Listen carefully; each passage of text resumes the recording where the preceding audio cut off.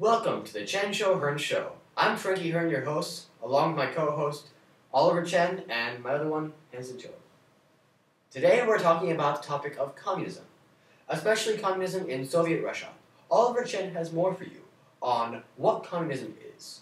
Well, for those of you who don't know what communism is the theory in which the government has control over all the produce and wealth. Instead, the government takes this control and he uses it to distribute it equally to the citizens, and so there's no short of food or money. However, there are two theories in how communism should start. Karl Marx had an idea on how to start communism. This was that he thought that to achieve communism, you must first have a stage of capitalism. So why? The answer is simple. Even within communism, to support it, you need workers and a good industry.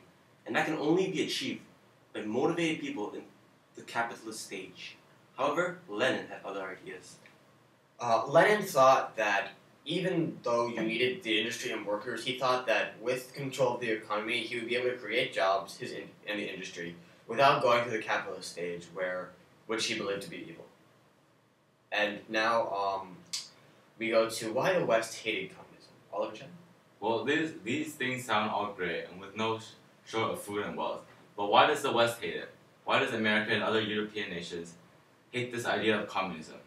Well, it limits the people and how they can get rich. The American dream is to get rich, and communism prevents you from getting that. You work to help the country as a whole instead of helping yourself to better your life. And nowadays, a lot of capitalist countries and people who are pro-capitalism, anti-communism, have said that communism always leads to a dictator who has a totalitarian dictator who has complete control of the people because of his control of the economy. Therefore, the West hates capitalism because of the fact that in certain trial and error, communism has produced dictators who have taken control of the people. But communism could have been helpful in Tsar's Russia. In Tsar's Russia, 82% of the people were peasants, and there were often famines that left them all suffering. This led to a lot of people having to move to the city because of outdated machinery and outdated farming techniques. Therefore, the peasants couldn't make enough food, and when they did, the soil became poor, and they were unable to sustain good harvests. Therefore, people had to move into the city with, as Oliver Chen will tell you, horrible living conditions. Well, when many people flock to the city gets, because it's crowded, and lack of housing squishes people into one small room. With all these people in a room, hygiene becomes a problem, and as well as personal space, and because the disease can spread from person to person really easily. Therefore, a lot of people were against Tsar's rule, and with the idea of communism being able to help them, a communist group was able to seize power. Lenin and the Bolsheviks. More about them when we come back from commercial break.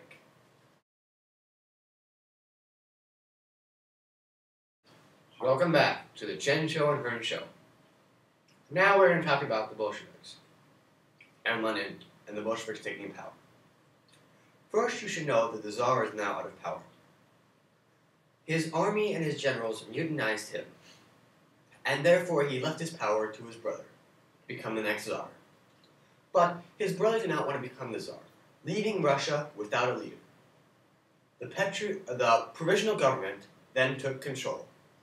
The provisional government was made up of socialist revolutionaries. Although they were the leaders, they were the people who were said to be the leaders, another group called the Petrograd Soviet had just as much power. This was made up of the Bolsheviks and the Mensheviks, communist idealists.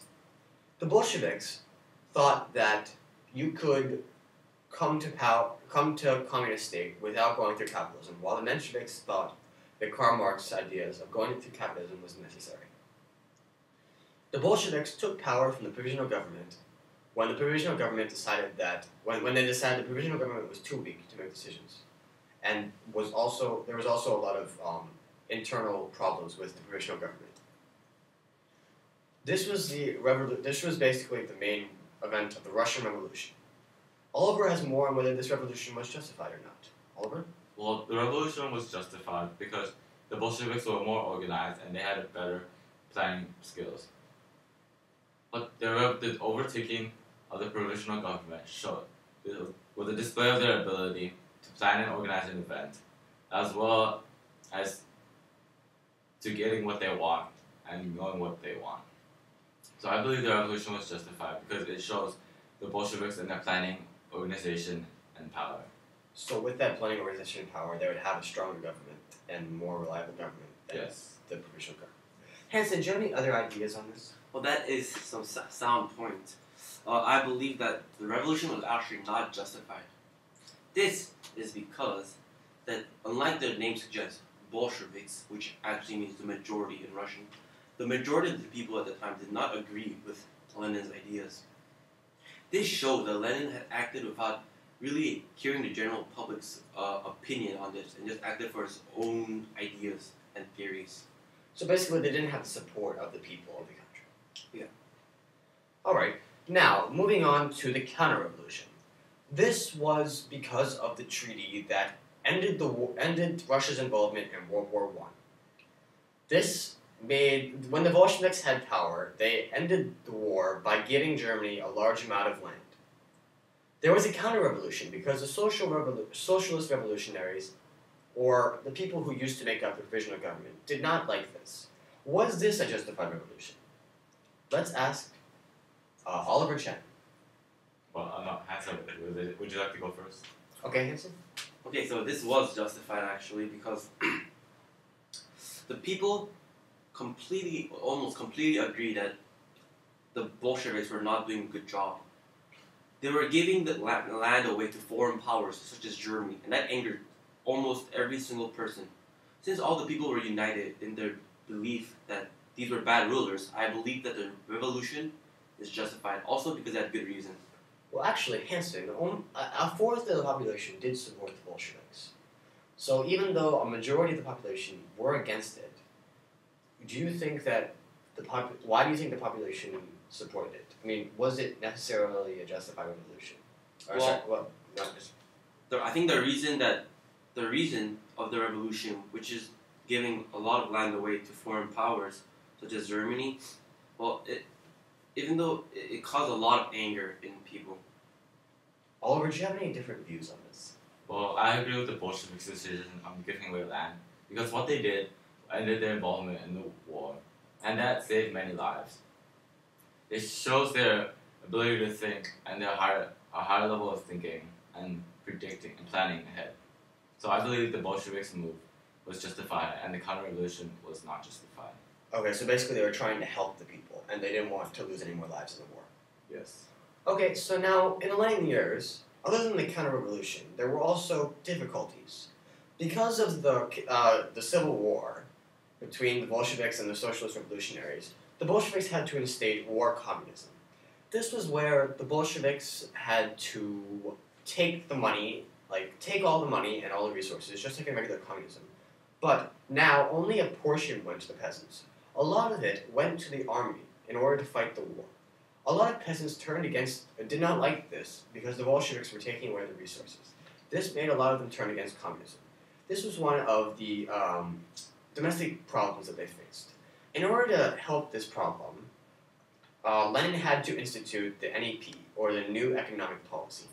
This was this was against the virtues of communism because it allowed farmers to sell their grain and their other resources for a profit.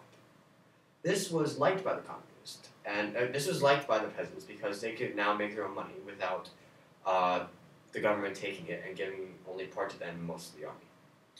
Foreign powers included the fact that a lot of the nations outside of Russia were capitalist and they were anti-communist.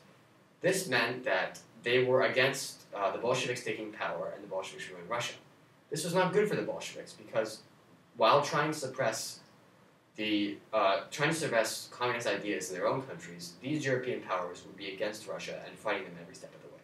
And also, the foreign powers did not like the fact, Britain and France did not like the fact that Russia backed out of the war from their side, and they wanted Russia back in to help them against Germany.